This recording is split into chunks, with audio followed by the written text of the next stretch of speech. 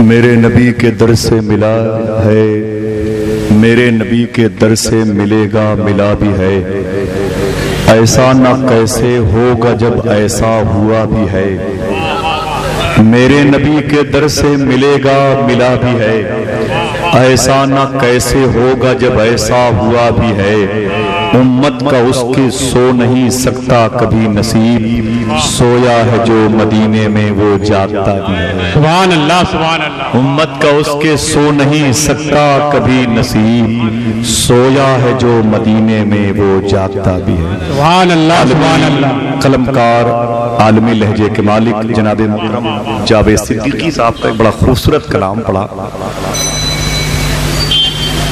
حضور آپ کو دیکھنا چاہتا ہوں، دعا کریں اللہ ان مقدس آنکھوں کی آرزویں قبول ہو جائیں، آمین۔ ٹھیک ہے، لیکن میں سنجر بھائی سے گزارش کرتا ہوں کہ ان کا چہرہ اور یہ آنکھیں کیسی باتیں کرتے ہو، ان کا چہرہ اور یہ آنکھیں کیسی باتیں کرتے ہو، دیر تلک سورج دیکھو گے تو اندھے ہو جاؤ گے۔ ان کا چہرہ اور یہ آنکھیں کیسی باتیں کرتے ہو، دیر تلک سورج دیکھو گے تو اندھے ہو جاؤ گے۔ بہت بہت شکریہ۔ دیر تلک سورج دیکھو گے تو اندھے ہو جاؤ گے۔ میرے آقا کا چہرے انور، میرے آقا کے لب و رخسار، میرے آقا کی بینی شریف، میرے آقا کی ریش مبارک، میرے آقا کی رخسار مبارک، زلف شریف، میرے آقا کی سماعت نور۔ شاعر کہتا ہے جس جگہ نظریں پڑی مرکوز ہو کے رہ گئی، چپک گئی، جس جگہ نظریں پڑی مرکوز ہو کے رہ گئی، ان کو سرتاپا کسی نے آج تک دیکھا نہیں۔ جس جگہ نظریں پڑی، یار یہ شعر ہے بھائی، بہت بہت آپ تڑپتے ہیں۔ حضور ریحانی میاں شعر پڑھ رہے تھے بریلی شریف میں، عرض سرکار کے گنبد شریف کے بغل میں، سرکار مفتی اعظم ہند آرام کر رہے تھے اپنی خانقاہ شریف میں۔ ایک شعر پڑھا سرکار حضور رحمانی میاں شاہ صاحب نے، فرماتے اپنی چادر کو بے تابانہ پھینک کر کے حضور مفتی اعظم ہند اس مجلس میں تشریف اور فرمایا رحمانی میاں یہ شعر کو بار بار پڑھو، بار بار۔ شعر تو دل پر اثر کرتا ہے کہ نہیں؟ دل پر اثر کرتا۔ آپ اتنی محبت سے اور ادب سے بیٹھے ہوئے، آپ کے بیٹھنے کو دیکھ کر کے مجھے حضور کا بیٹھنا یاد آیا۔ میں ان مقدس شخصیات کے حوالے سے پڑھتا ہوں، دھیمے دھیمے بھی بات ہو سکتی ہے، ہنگامہ کی کوئی ضرورت نہیں ہے، بات چھوٹی سانس میں بھی آپ تک پہنچائی جا سکتی۔ معراج کے مہینے کی برکتوں والے پاکیزہ ایام گزرے ہیں۔ شاعر کہتا ہے ذرا سی ہے یہ دوری احمد مختار بیٹھے ہیں۔ آواز پہنچی ہے؟ ہاں، مل جل کر کے بات کریں، دور دور سے آپ لوگ آئے ہوئے ہیں، جب اتنی دور سے حضور کی محفل میں آ سکتے ہیں تو پھر اپنی آواز کو بھی یہاں پہنچا سکتے ہیں۔